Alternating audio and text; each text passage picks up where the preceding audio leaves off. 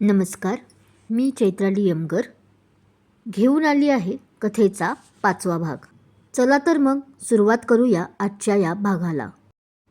वीर प्रताप मोहिते भाग 5. कॉपीराईट चैत्राली यमगर डोंबाळे. बी कम्फर्ट, तो म्हणाला जेव्हा तिने परत एक नजरवर करून त्याच्याकडे पाहिले होते. तिने फक्त त्याच्या बोलण्यावर होकारार्थी मान हलवली. मग त्याच्या चेहऱ्यावरही गोड स्माईल आली आणि लगेच त्याने शर्टच्या वरच्या खिशात हात घातला. अरे ते खरं आहे, पण यावेळेला पुजारी ह्यांचा हा नजरेचा खेळ कौस्तुभला दिसला की नाही ते माहीत नाही, पण त्याने आता वीरला पुढे विचारले, हा काका? पण कौस्तुभचं बोलणं इग्नोर करून वीरने आता कोणाला तरी कॉल लावला आणि फोनवर पुढे बोलायला लागला. तसं कौस्तुभनेही आपल्या ड्रायव्हिंगवर लक्ष केंद्रित केलं. इतका वेळ नुसती त्याला पाहत असलेली काव्याही आता त्याच्याकडे कुतूहलाने पाहत होती.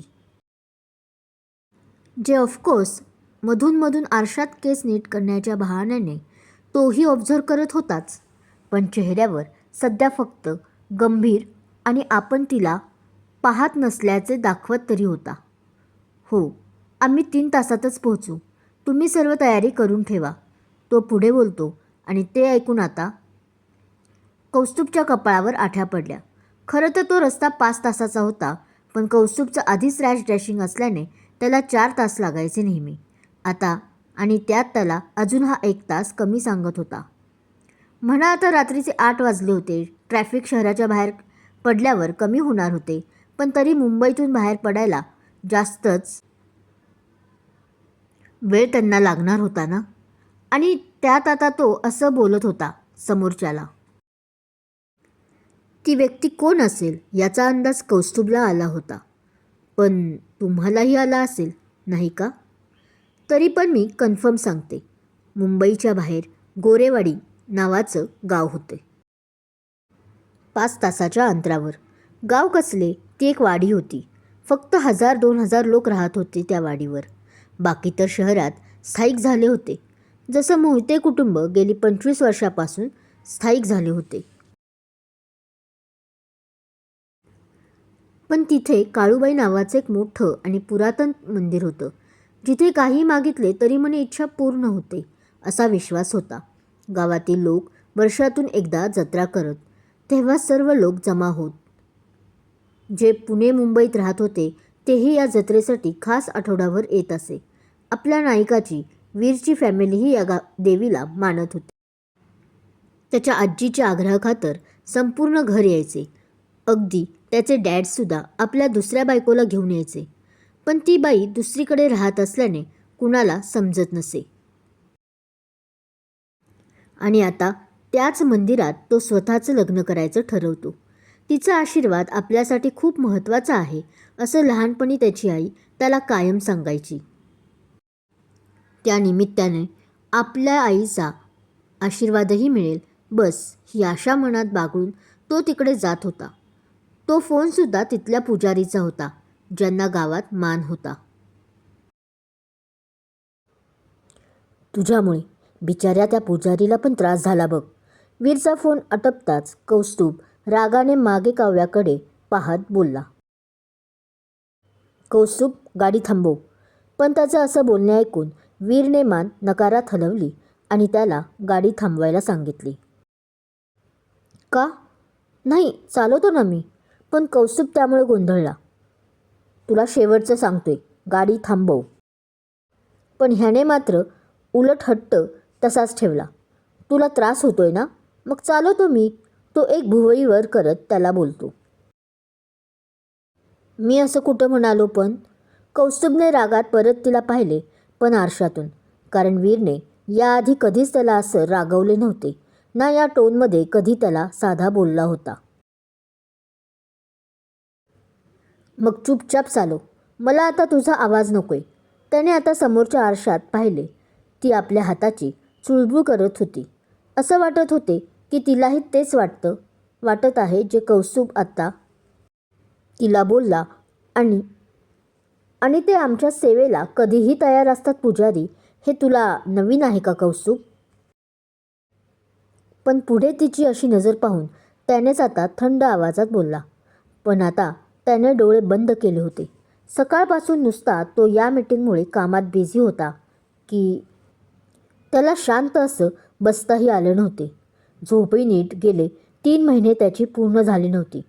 त्यामुळे आता त्याने या 3-4 तासात जेवढी होईल पूर्ण तेवढी करायची ठरवली झोप, आणि लगेच पुढच्या क्षणी झोपूनही गेला. हे सर्व मिस काव्या तुमच्यामुळं झालं आहे. इकडे 4 तासाचा प्रवास झाल्यावर रागारागात आता कौस्तुभ तिला ओरडत होता. तुम्ही जर त्याला लग्नासाठी विचारले नसते तर मला आज असं ड्रायव्हिंग करायची गरज नसती पडली. आता झक मारत मला अजून परत 4 तासाचं ड्रायव्हिंग करावे लागेल. साहेब आमचे जे झोपले आहेत, तो आता एक रागीट कटाक्ष आत सीटवर मागे डोके टेकून कपाळावर हात ठेवलेल्या वीरकडे पाहत म्हणतो. ती मात्र खाली मान घालून आत्ता उभी होती. काय झालं? गाडी का मध्येच थांबवली कौस्तुभ? पण त्याची ती बडबड नकळत का होईना वीरच्या कानावर पडलीच. तसं तो जागे होऊन त्या दोघांना गोंधळून पाहत विचारतो. दोघे बाहेर उभे होते. अंधार असल्याने त्याला तिचा चेहरा नीट दिसत नसला तरी ती तिथे उभी आहे कौस्तुभजवळ असा अंदाज आला होता त्याला. का थांबवली म्हणजे बाबा? उठा आता. आणि त्याच रागात तो वीरला बोलतो. मंदिर आले आहे आणि पुजारीने तयारीही घेतली आहे करायला. मी सांगूनही आलोय वर.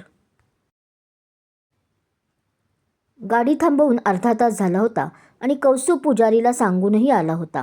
पण साहेब अजूनही शांत झोपले आहेत म्हणून कौस्तुभ चिडला होता जाम. ठीक आहे म्हणत मग वीर आपला आळस झटकतच बाहेर पडला. चला म्हणत या दोघांच्या पुढेही गेला.